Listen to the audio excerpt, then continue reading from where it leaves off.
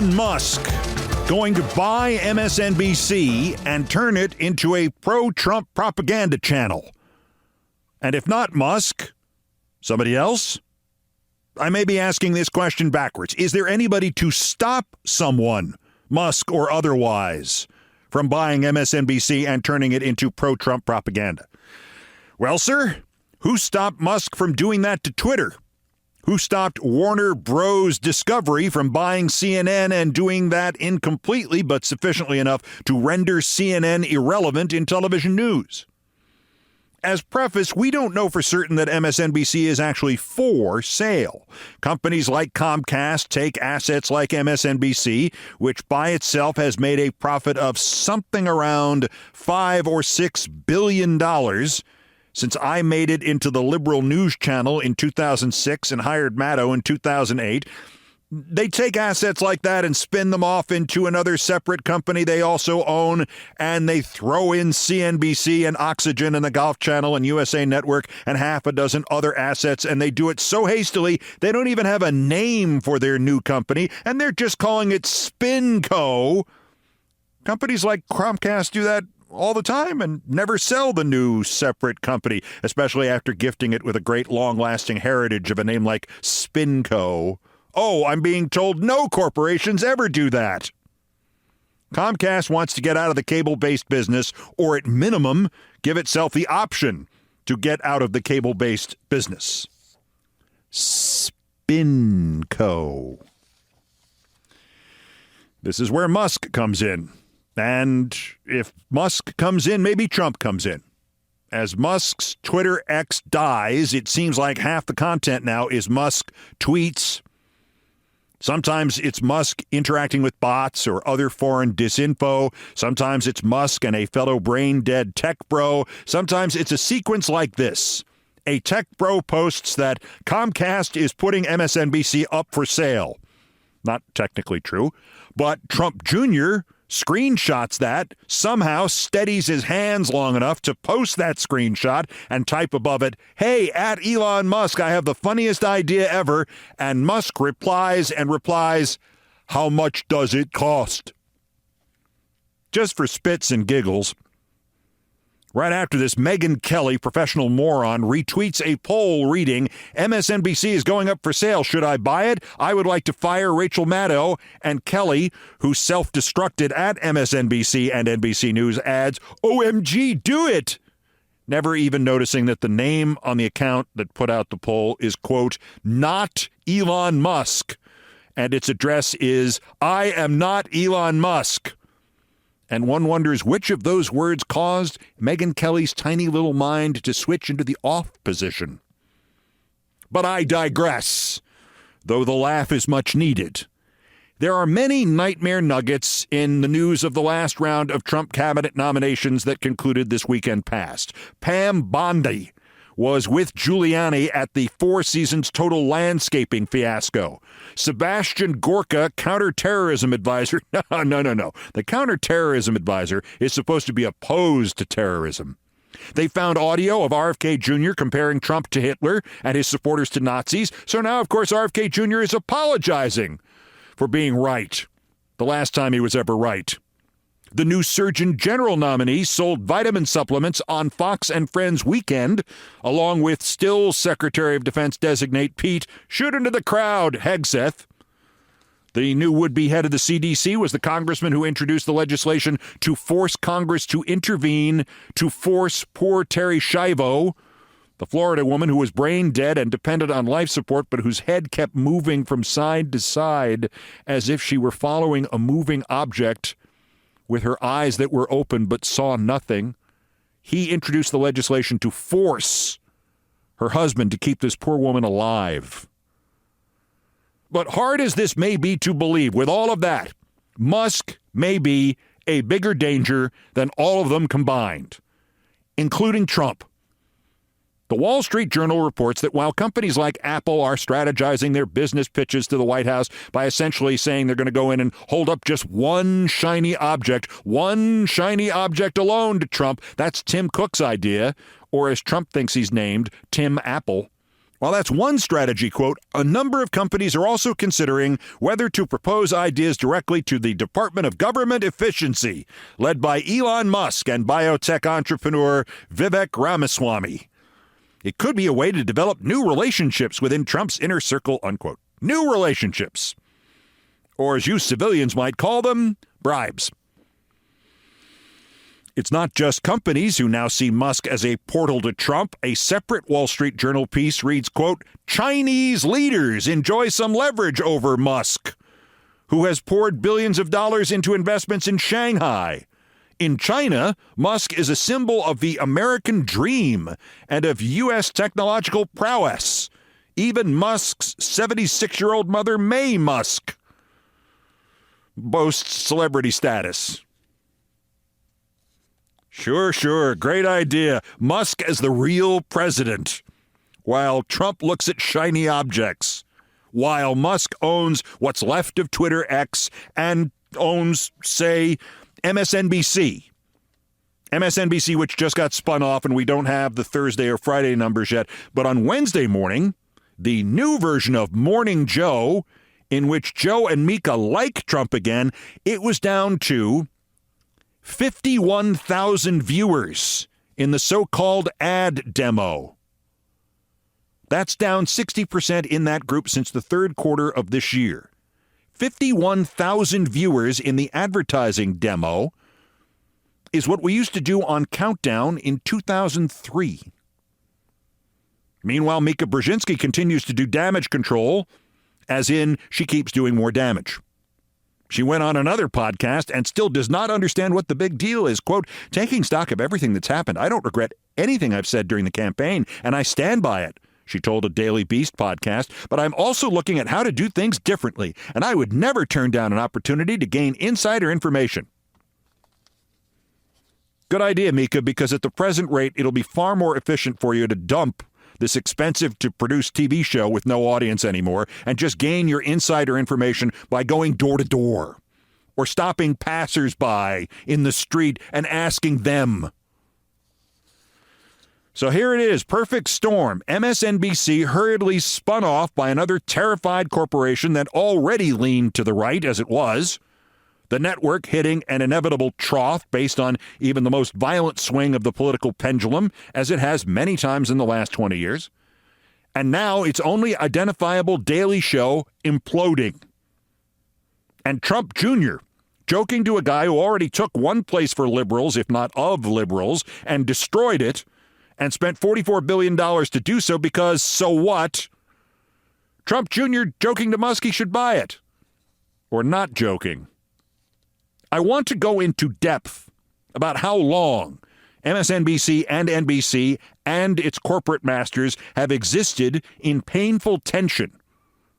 But first, speaking of tension, did you hear what his self-professed former friend, neuroscientist Sam Harris, now says about Musk on the Bulwark podcast with Tim Miller? If you think the Musk-Trump MSNBC story is some kind of tinderbox, well, here's Mr. Harris describing Musk's collection of matches. In his case, perhaps more conspicuously than any other, we're seeing the total derangement of a personality based on social media addiction. I mean, that is, in fact, what you see with Elon. He is a Twitter addict, so much so that he felt he needed to buy the platform.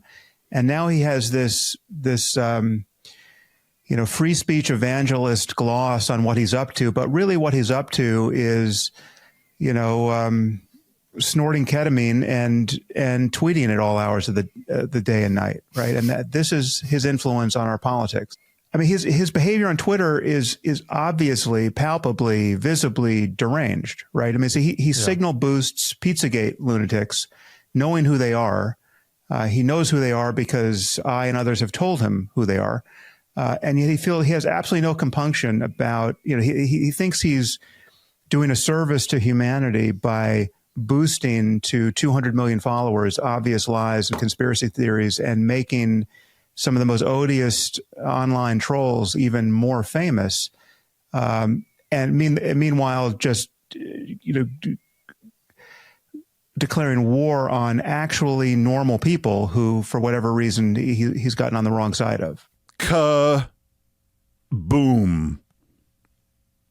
So to understand fully the MSNBC thing, spinning it off, maybe selling it, maybe CNNing it, maybe Twittering it, maybe Musking it, you have to understand the background. You have to understand that while the network went live on July 15th, 1996, the friction between MSNBC and NBC News and the calls within NBC to get rid of MSNBC or kill it or do something about it began on December 8th, 1995, the day the news leaked that NBC was going to transform its failed chat show cable channel, America's Talking, run by Roger Ailes of all people, kill it, take on Microsoft as a partner, and rebrand that outlet as MSNBC News.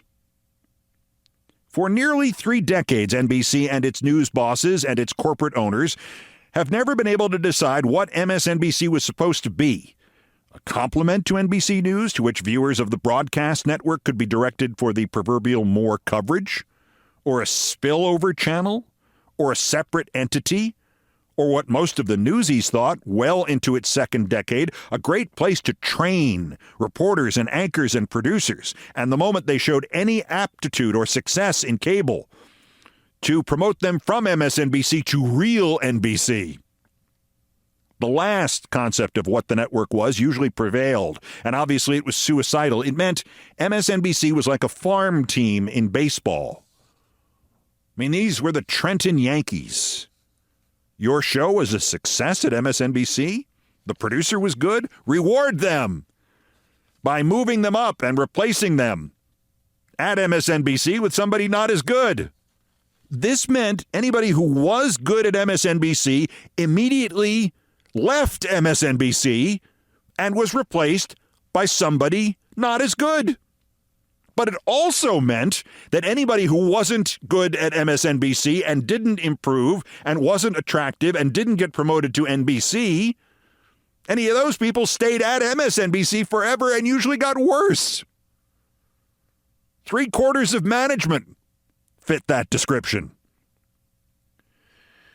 My original 1997 MSNBC News Hours, The Big Show, and The White House in Crisis were the first programs that made MSNBC any money. I mean, seriously, the network otherwise hemorrhaged cash from its launch in 1996 until about 2005. Throughout my first stint there, I kept telling the bosses that the problems they had, what was MSNBC supposed to be, would be simplified, if not solved, by one very easy solution. Change the damn name of the network. You could use the same people, the same set, the same cameras, but if MSNBC did not have the letters NBC in it, there would be a philosophical degree of separation that would benefit everybody. And, being my bosses, they never listened. I literally put this in a 30-page proposal for a revamped MSNBC network master plan. I still have a copy of it. The date on it is July 1998. I finally left MSNBC late in 1998 and returned almost by accident to NBC to work the Olympics in 2002. My sports bosses one day asked me to help out MSNBC, its lineup depleted by anchor illness and the upcoming invasion in Iraq. By March of 2003, the same people I had stormed away from 5 years earlier offered me the same 8 p.m. time slot and a new contract. In the 50 months between my departure and my return, in that 8 p.m. slot, MSNBC had 17 different shows. They had averaged 13 weeks each, but that's deceiving because one of the 8 p.m. shows on MSNBC in my absence lasted exactly one episode. Anyway, it was not until 2005 that my new show, my second show there, Countdown, a low-rated nightly news digest magazine-y kind of thing, started getting really political and really suspicious of Bush and Iraq, and especially the Republicans' political manipulation of the threat of terrorism. And suddenly we had something new in the equation. Viewers. By the next year, the ad salesmen, and contrary to all logic, they are the ones from whom you get the truth in a news company or any kind of television company, they were sending me bottles of champagne and revealing that Countdown by itself was now earning a $50 million annual profit, then $75 million a year, then $100 million a year. The ad guys loved me, but other management at NBC, not so much, because this was a new problem. Rather than MSNBC being an annoying, self-fulfilling prophecy of doom, suddenly it was an annoying, problematic success. Right after MSNBC started making money, it started making enemies. The Republicans came right to our door.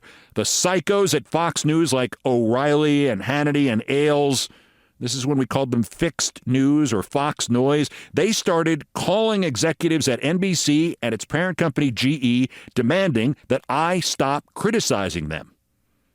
The fascists are softer than church music. The reason I got personal was the more personal you got, the angrier they got.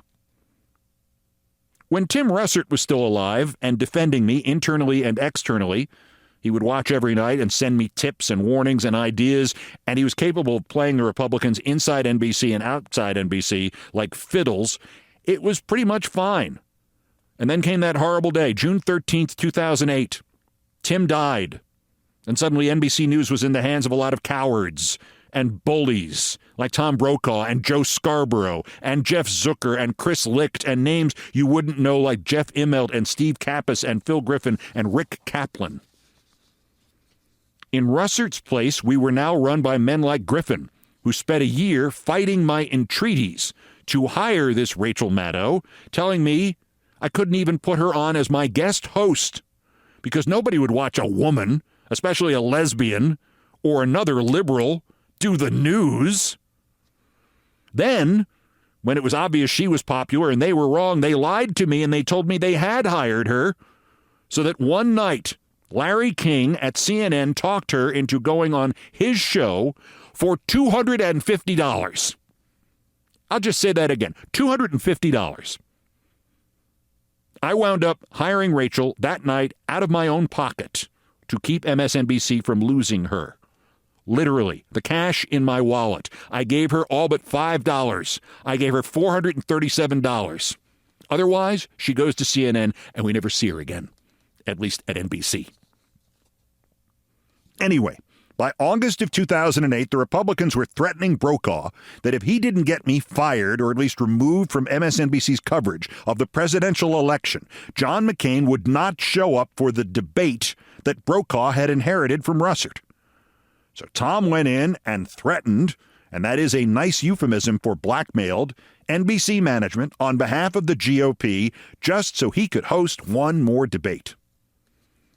Then within a year, it was Fox blackmailing the executives at GE, actually getting the chairman of GE, Jeff Immelt, to threaten to take MSNBC off the air if Fox continued to criticize him and hound him because Immelt's mom was a Bill O'Reilly fan, and O'Reilly kept claiming her little boy Jeff was producing weapons used to kill Americans in Iraq. There was a big meeting at which we were told the network might be going off the air in 6 hours. That meeting kind of summarized the MSNBC-NBC corporate tension that exists to this day, that opens the door for Elon Musk buying it. It could and would get meaner, and it could and would get easier from time to time, from year to year, but it's always there, and it is there to this day as the spinning off of the network into part of a new company called SpinCo suggests. That meeting, by the way, from 2009, the "we're all going to die" meeting, that is worthy of its own lengthy recap, which I will give you shortly. But anyway, back to the main part of this story, the current part of this story. Back then, it was still getting worse and worse. Zucker and Roger Ailes wound up meeting inside 30 Rock, no less, to decide what I could and could not say on MSNBC about Fox, and what Fox would and would not say about GE. Negotiating what could be in the news on two of America's 3 cable news channels. By 2010, NBC started suggesting we put Republicans on Countdown. They wanted me to have Scarborough on every night. Nobody ever asked me a direct question as to how, in January 2011, I wound up leaving this mess of MSNBC and leaving the highest-rated cable news show that was not on Fox. And I left because they were beginning to throw up roadblocks to my commentaries and mess with my producers, and most importantly, because twice they breached my contract. And again, this is all about the conflict that exists to this moment between the idea of NBC News and the false god of neutrality and both sidesmanship and Chuck Todd's and MSNBC. They suspended me once for making campaign donations. Donations I made after our election coverage had concluded to acquaintances like Congresswoman Gabby Giffords, who had gotten death threats, who had run out of money to pay for more security. NBC said I had violated the NBC News employee rules and really publicly slammed me, which was kind of unfortunate for them in so much as 2 years earlier they had written up and demanded that I sign a new contract that specifically said I was not an NBC News employee. This had saved them thousands of dollars because if I wasn't an NBC News employee, they didn't have to pay for my dental care. I swear that was part of it. The other part of it was if I was not an NBC News employee, when the spit hit the fan, they could say, well, he doesn't work for NBC News, he works for MSNBC. The sad thing was the original solution to the news of my campaign contributions had been the president of MSNBC calling me and saying, well, this looks bad. I mean, I know it's your right to do it. It's not like we're going to suspend you or anything stupid like that. And this is sort of our fault, but this just looks bad. Can you think of, is there anything you can do to make this look better? And I said, well, you're right. It does look bad. I'll apologize on the show tomorrow. And I don't have to do this. I want that made clear. But I will voluntarily stop any campaign contributions as long as I am doing this show. And the president of MSNBC said, great. And I said, great. And I wrote the apology that night, and I sent it to him that night. And he said, great. And I said, great. And I said, great. I already have part of tomorrow's show written. And that was it. And the next morning, without a hearing, without a phone call, without an email, without any warning, this hysterical teenager named Steve Kappas, president NBC News, puts out a press release in which he angrily suspends me indefinitely without pay for violations of the NBC News employee rule book that says NBC News employees can't make donations to political campaign, except, oops, I'm not an NBC News employee because they wanted to give themselves distance between NBC News and MSNBC and not pay my dental. And within hours, there was a petition on social media demanding my reinstatement with 250,000 signatures on it. Plus, at NBC, there was a lot of shushing and worrying because everybody at NBC News made donations to political campaigns. They just hid them.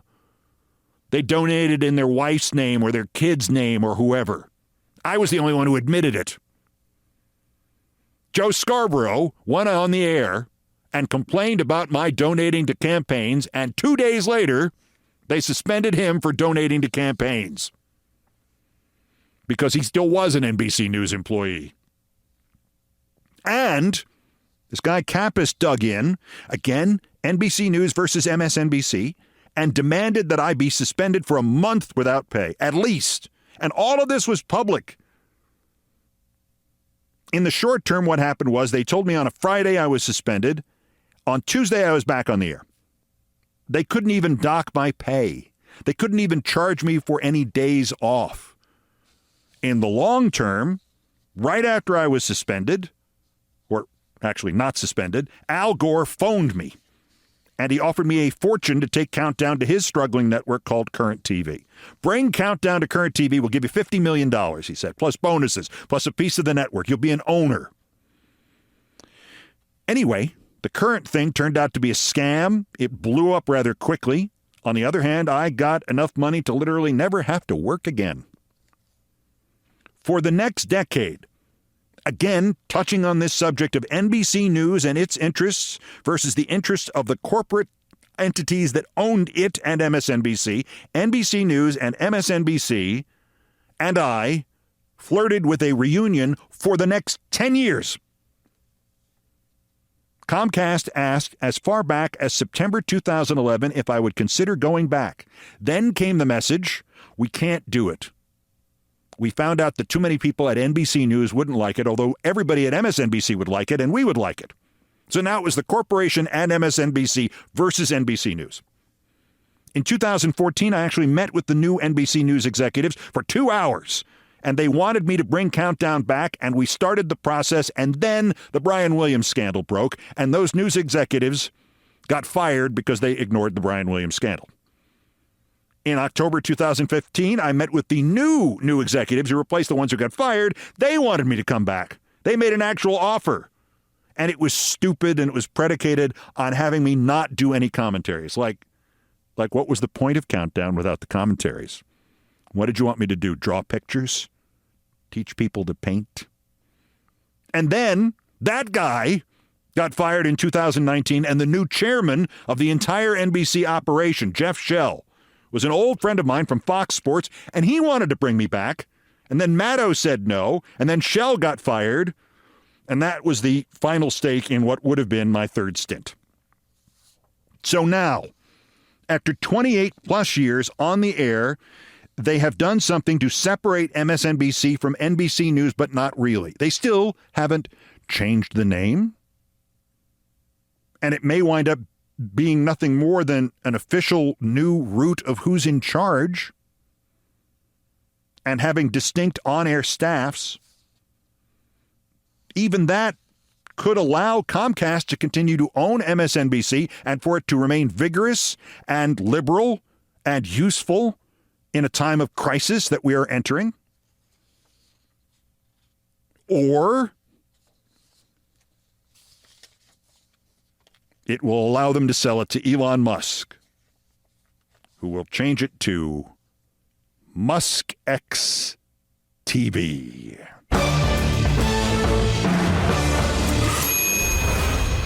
Also of interest here, MSNBC is experiencing the proverbial existential crisis. Again, that little one I mentioned just 15 and a half years ago, that one escalated even faster than this one has. And corporate was so mad back then, they were not talking about selling it. They were just going to push the off switch. And I helped.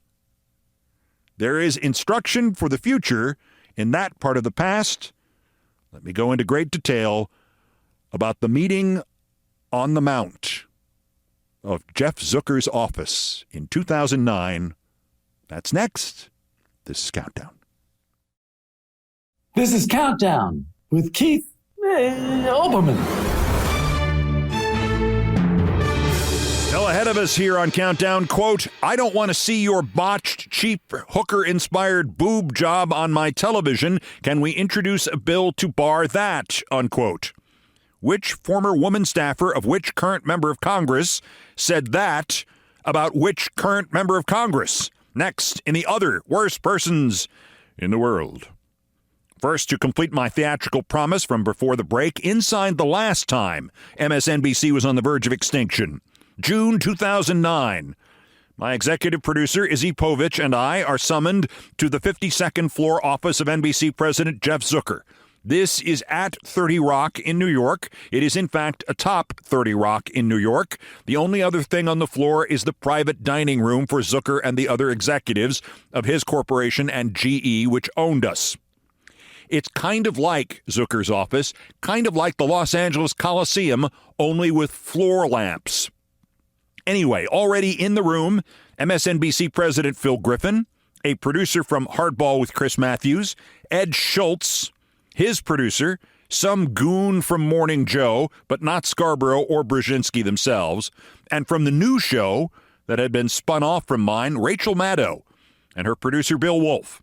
Basically everybody with any chops at MSNBC, and the message from Zucker, who was bright red and sweating for the only time in his life, was so existential that he thought he had to repeat it to me. I said Jeff Immelt is going to take MSNBC off the air. I didn't need any of my overwrought visions from 2 years earlier of the future of liberal news commentary falling out the NBC window to its death on the rink. This was the real thing. The chairman of General Electric was threatening to open the window himself, throw us out the window himself, and then race down to the pavement to stomp on our dying remains himself. Poor Ed Schultz heard Jeff Zucker say those words, and he had screwed up his face and tilted his head like a puppy hearing a car crash. He had not believed it the first time. He had not believed it the second time. Zucker said it a third time. Immelt is going to take MSNBC off the effing air. Ed Schultz groaned. After weeks of Griffin's coaxing, he had finally just moved from Nebraska to New York the preceding weekend. Yet he was still somehow only the second most strung-out person in the room. You! Zucker shouted at me. You're the smartest one in the room. What the F do we do now? I'll confess I was shaken by this because it appeared for once that Zucker was not being sarcastic. I had never before seen him flush nor flustered. This was a guy who wore fleece in July. Yet now he was beet red and sweating. Sometimes he knew what he was doing, and as his opposition to hiring Maddow had proved, sometimes he didn't know what he was doing. But he always acted as the most confident man in the galaxy. But now he literally had no clue what to do next, and he not only could not ignore my advice, he desperately needed it. This situation and that color on his face were almost worth watching the corporate fascists nuke my network. I asked Zucker to explain what happened. You goddamn well know what happened. Zucker moved towards me, and I stood up, and I told him I would see myself out. He stopped, remembering that he did indeed actually need my help. I'm sorry. I apologize. This isn't rational. This is Immelt. Last week sometime, Bill O'Reilly snapped. He told Murdoch he wasn't going to take any more of what you were saying about him on the air, so he did a piece last night accusing GE of manufacturing the components that have been used in roadside bombs that were built in Iran to kill Americans in Iraq. Which is true. Legally, that's legally true. They found roadside bombs that had like 30-year-old GE transistors or TV tubes from 1954 or something in them. Legally, GE did manufacture components that were used in roadside bombs that were built in Iran to kill Americans in Iraq. So O'Reilly puts this on his effing show as a lead story. And then Fox sent 2 camera crews and this little crap producer from O'Reilly's show, Jesse Waters something, to stake Immelt out and chase him around the GE shareholders meeting in Charlotte. Zucker finally came up for air and I jumped in. Why didn't Immelt have 6 camera crews to stake out the 2 Fox crews and chase them around in Charlotte? I mean, isn't that one of our news hubs, Charlotte? Doesn't Immelt own like 20 camera crews there? He bring a camera crew, you bring 2 camera crews? Zucker started to not like me again. Now you suggest that. Where were you when... All right, never mind. It doesn't matter. Immelt says if there's one more story on Bill O'Reilly about GE manufacturing components for roadside bombs in Iraq, he's taking MSNBC off the air immediately. It'll just be 24 hours of lockup. And I'm fired, and you're fired. And then he pointed at Chris Matthews, producer. And Matthews is fired. And he pointed at poor Ed Schultz. And you're fired. And Ed whimpered. So, smartass, what the F do we do? I feigned all the nonchalance I could feign. If I could have lit a cheroot by striking a match on the sole of my boot, I would have. It's manageable. But, Jeff, why is Immelt so worked up about what O'Reilly said about him? Only O'Reilly's nutjob viewers actually believe any of that crap. Nobody at GE, nobody investing in GE could possibly believe we're building components for roadside bombs. Zucker inhaled deeply. Immelt's mother believes it. All the heads in the room turned toward the president of NBC. Mrs. Immelt, back in Cincinnati, is a devoted Bill O'Reilly viewer. Watches him every night. Sees this, calls him, says, Sonny, why are you manufacturing components that were used in roadside bombs built in Iran to kill Americans in Iraq? I had not expected that. I said to Zucker, so he'll really burn, what, $200 million a year in profits?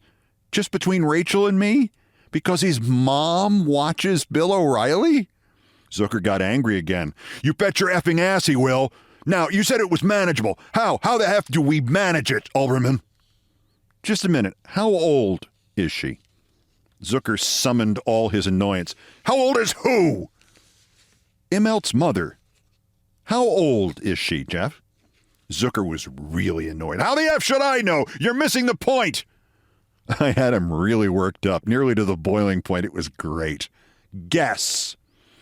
Zucker spluttered. I don't know. He's in his mid-50s. She's got to be 80, 90-something. I stifled a fake yawn. Yeah, you're right. Probably closer to 90 now that I think of it. So the problem is, she watches O'Reilly. She tells him what's on Fox, what O'Reilly's saying about GE. Well, I think you have a simple solution. I'd say the first thing you do is you send over a couple of big guys to her house and you pull the freaking cable out of the wall. Zucker actually gasped. My producer, Izzy Povich, unsuccessfully stifled a laugh, and I saw Rachel crack a smile. Zucker regained himself. This isn't funny, Olbermann. I crossed my legs. Oh, it's a little funny. And anyway, it's not essential. If the problem is Immelt is threatening to take the network off the air because O'Reilly is avenging himself against me by attacking him and attacking GE, the short-term solution is easy, and in fact, it is manageable. The long-term solution, that's not easy, and that's not manageable, but the short-term one, that's simple. Rest of this week, next week, maybe the week after that even, we just don't mention Fox News on MSNBC. Something resembling a smile crossed Zucker's face. It made him look a little less like a lizard person and more like a monkey with glasses. You do that? Forever? No. Not forever I would not do that, I said. To buy us time? Yes. But remember, who was it who was in my office last winter telling me that I should go on the air and just to F with Fox, I should ask why Rupert Murdoch was still running a huge international media company like News Corp, despite all the reports that he's suffering from dementia, even though there haven't been any reports that he's suffering from dementia? For everybody's sake here. Who was that again who told me to do that? Zucker's goodwill was gone again. Obviously, that was me. What's your point? My point is, we built this new brand of ours organically on a couple of themes, a couple of statements of principle, and one of them is, to use your words, just to F with Fox. If we don't F with Fox for a couple of weeks at the start of the summer, who's going to care? Who's going to notice? But like after 2 weeks, 3 weeks, our viewers are going to notice, and the TV writers are going to notice, and then the crap will hit from every direction you can think of. Temporary freeze on mentioning Fox and mentioning O'Reilly and mentioning Murdoch, fine. Permanent freeze? Might as well let Immelt turn us off in the morning after all. I don't think Zucker actually heard the last part about Immelt turning us off after all. The lack of color was returning to his face. Okay, breathe, he kept saying to himself. Breathe, okay, breathe. He looked at me and nodded. He pointed at Izzy and at Phil Griffin and me. You and you and you and I. We will talk tomorrow, maybe tonight, and we'll all meet again next week. Until then, nothing about Fox, anybody. Are we clear? Nothing on the air about Fox. Silence in the room. Then the assorted noises of people rising mixed with attempts to resuscitate poor Ed Schultz. Somebody, Matthew's guy Harson, I think, was almost at the door out of Zucker's office, an office so big that it was, to steal the Ring-Lardner line, the size of the Yale Bowl, but with lamps. And then a voice spoke up quietly but firmly. Excuse me. It was Rachel Maddow. Excuse me. I will not have the content of my show dictated by any corporations, including the one I work for. Remember, this is June 2009. She still felt that way then. And especially one I don't work for. I will walk out first. I cannot have the audience wondering what else I have not told them. I don't do a lot about Fox on my show, but if there is a story about Fox, I will not honor this freeze. I will report that story, and if I'm prevented from reporting that story, I will leave. Whereupon, she left. Zucker barked. Phil, Olbermann, Izzy, stay. When the rest of the room had cleared, Zucker blew air out of his mouth as if it were smoke. He gestured violently at me with his right arm. I told you she was a mistake. You didn't listen to me. I told you. Now she's your problem. All of this is your problem. Get her back on the reservation or else. Now I had run out of goodwill and jokes. Oh, I'll get her back on the reservation, Jeff, but if you think this is my problem, just think about what happens if he really does take us off the air, or if it just gets out that he threatened to take us off the air because his mother didn't like what Fox said about him. That's my problem? That's your problem, and it's the problem of the CEO of the frickin' sixth largest corporation in the world who makes his business decisions involving hundreds of millions of dollars of profits based on what his mother says. At this point, Phil Griffin managed to pull Zucker away, and Izzy and I made for the door, saying nothing until we were in the elevator. Finally, she asked, "What are you going to do about Rachel?" I looked straight ahead. I have depth perception issues while traveling forward, backwards, up, or down. Yeah, if I know what I'm going to do about her. But I got an idea. I mean, the only person she was really talking to in there was herself. This isn't a brand new surprise success for her anymore. This is successful. This is what, 9-10 months? She's successful. She said she was once a dancing cell phone outside a cell phone store outside of Boston. She ain't going back to that. I went to talk to Rachel about an hour later and reassured her. I mentioned that powerful as Fox was, they were not going to be able to re-invade Iraq by themselves, and unless she moved it way closer than it had been, nobody would cross her censorship line.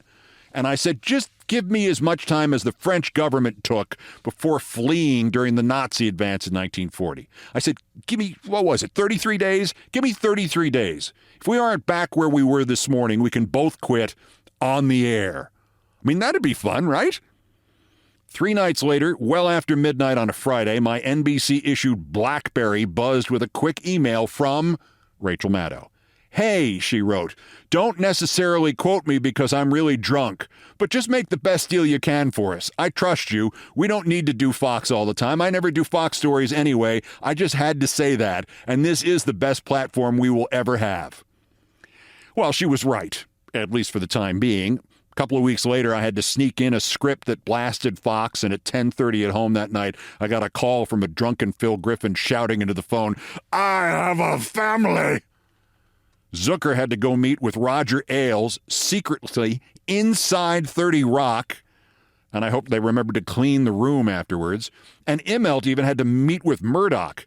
And then happily, some idiot GE executive decided to boast to the New York Times about getting us little talent children under control and a big deal with the executives over at Fox and how they'd settled everything, which blew up the whole deal instantly because the moment the deal went public, NBC looked so stupid, and even NBC News was now risked. The only point of the whole thing was to keep the Immelts and the Zuckers and the Griffins and the Aileses from throwing us and our little island of liberal commentary out of that window at 30 Rock. But as Rachel Maddow and I would be constantly reminded in the ensuing years, 30 Rock has a lot of freaking windows.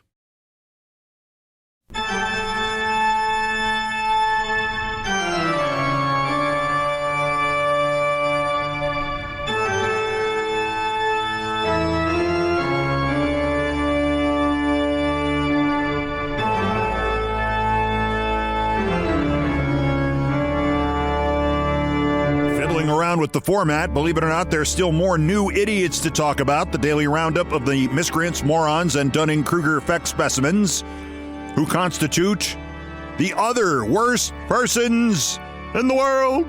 The bronze, worse. Why? For a change of topics, it's NBC News. Well, this has nothing to do with MSNBC. Why is it in the show? My pal Will Bunch pointed this out because it was a story about a fire in his hometown of Philadelphia. The headline on the NBC News website, U.S. News, "Man's burning body found in driveway of Philadelphia home. Police call death suspicious." A gas can and struck matches were found near the body of the man who was found with severe burns laying in a driveway shortly after 3 a.m. Tuesday, police said. Suspicious, you say? Man's burning body found in driveway of Philadelphia home. Police call death suspicious. Suspicious? Why on earth does that make you think that's suspicious? Spontaneous combustion is a real thing. This flashed me back to my youth as a Los Angeles sportscaster. Not long after I left there, this is April of 1992, the following appeared in the Los Angeles Times. Unfortunately, it was about a reporter I knew from my old station. Just the facts, reads this blurb.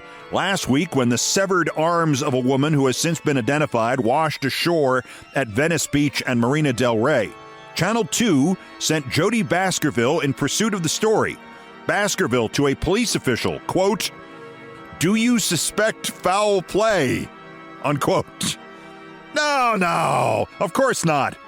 The woman just stayed too long in the Pacific Ocean. Her arms melted off.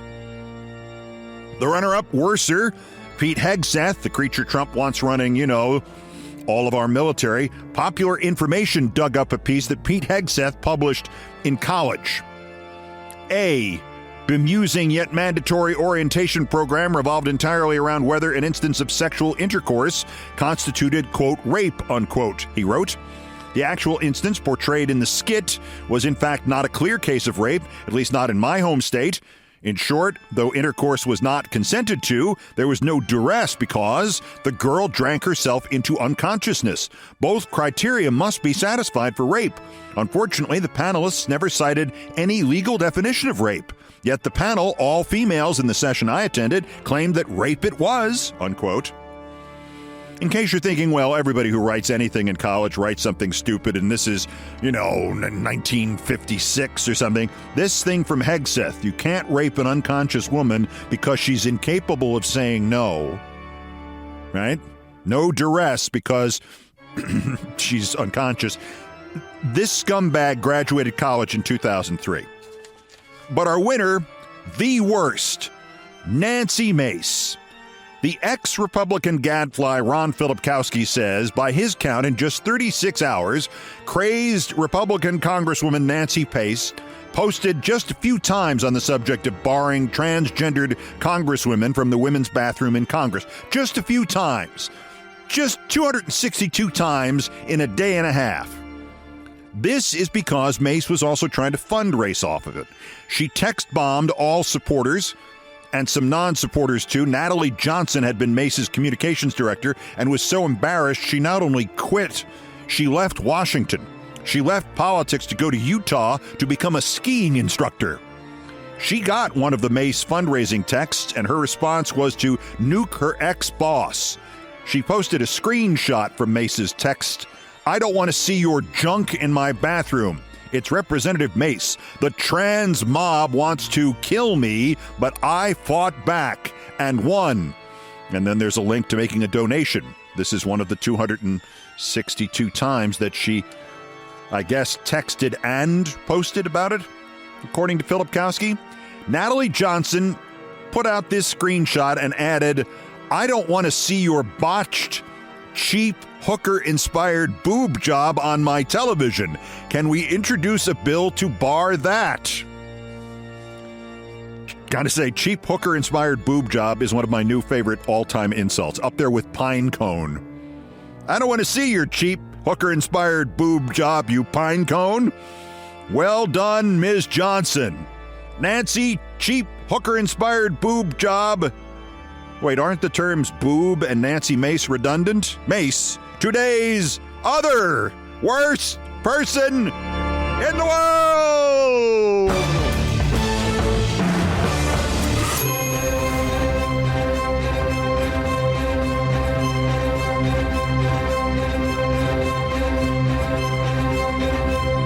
I've done all the damage I can do here. Thank you for listening. Follow me for the podcast promo videos on Blue Sky, YouTube, Facebook, Twitter X, if it's still there, Instagram, Threads, and Utwit.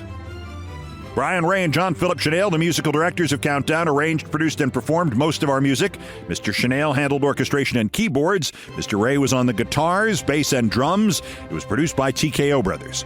Our satirical and pithy musical comments are by the best baseball stadium organist ever, Nancy Faust. The sports music is the Olbermann theme from ESPN2, written by Mitch Warren Davis, courtesy of ESPN Inc. Other music arranged and performed by the group No Horns Allowed. My announcer was my friend Larry David, and everything else was, as ever, my fault. That's countdown for today. Just 1,518 days until the scheduled end of the lame duck presidency of Trump. Probably going to try to take the holiday off, but I suspect there will be a second podcast at some point this week. I will alert the media. The next scheduled countdown is next Monday. As always, bulletins as the news warrants. Till the next one, whenever the hell that is, I'm Keith Olbermann. Good morning, good afternoon, good night, and good luck.